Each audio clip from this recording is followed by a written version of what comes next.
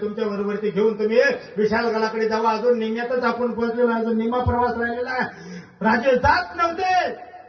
बाजी प्रभूंनी सांगितलं, राजे तुम्ही जर जाणार नसताल तर मग आम्हाला रात्रभर पळवलं कशाला? स्वराज्याची सोनेरी स्वप्न या समाजाला दाखवली कशाला? तुम्ही जर आमच्या बरोबर तिथं मरणार असाल तर ही खेळ उभा केला कशाला? माझ्यासारखे हजार बाजी मेले तर तयार करण्याची ताकद आहे तुमच्यात, पण तुम्ही इथं थांबू नका. तुम्ही पुढे चालते व्हा. राजे पुढे चालते झाले. पाठमोऱ्या आकृतीला नमस्कार केला. राजाने शेवटचा मुजरा केला. आमच्या असणारे बाजीनी 2 हातामध्ये 2 तलवार घेऊन उभा राहिला. या 300 जण होतील, समोर आलेले 3000 जण होते. सोपी गोष्ट नव्हती ही. असा रक्ताने लाल बुंद झालेला बाजी. सकाळी 8 वाजता युद्ध सुरू झालं होतं. 2 वाजून गेले तरी युद्ध चालूच होतं, कारण राजे किल्ल्यावर पोचले नव्हते का?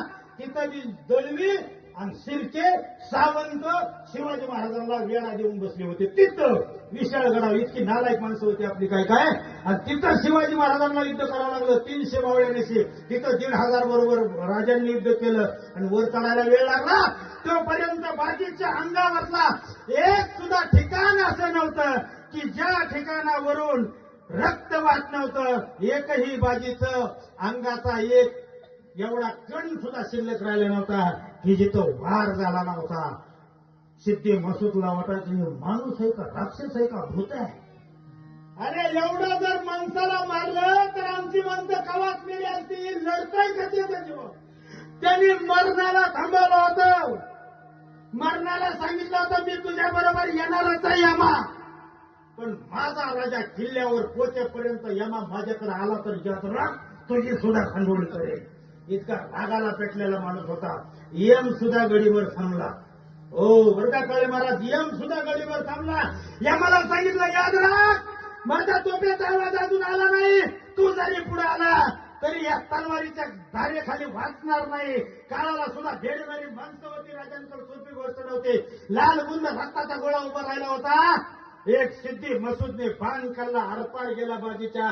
बाजी धरणीवरती कोसळला आणि बाजीने विचारलं तोफीची इशारत झाली का? आणि मावळ्यांनी सांगितलं अजून तोफीची इशारत झाली नाही. बाजीने असा पडलेला पुन्हा असा उठून उभा राहिला. अरे काय ताकद आहे. आणि पुन्हा तसा 2 हातात 2 तलवारी. जोपर्यंत राजा किल्ल्यावर पोचत नाही तोपर्यंत मला मरण्याचा अधिकार नाही म्हणणारा बाजी. आणि 2 हातात 2 तलवारी घेऊन पुन्हा सपासप कापायला सुरुवात केली. आणि तेवढ्या तोफेचा आवाज आला आणि बाजीने हर हर महादेव म्हणून आपला देह टाकून दिला. 300 मावळ्यामधला एकच मावळा जिवंत राहिला होता. बाकी सगळे तिथं एकही जिवंत राहिला नव्हता. अरे हातातली ढाल तुटली तर उदयभान बरोबर त्याला बांधून लढत राहिला. त्याला तानाजी म्हणतात.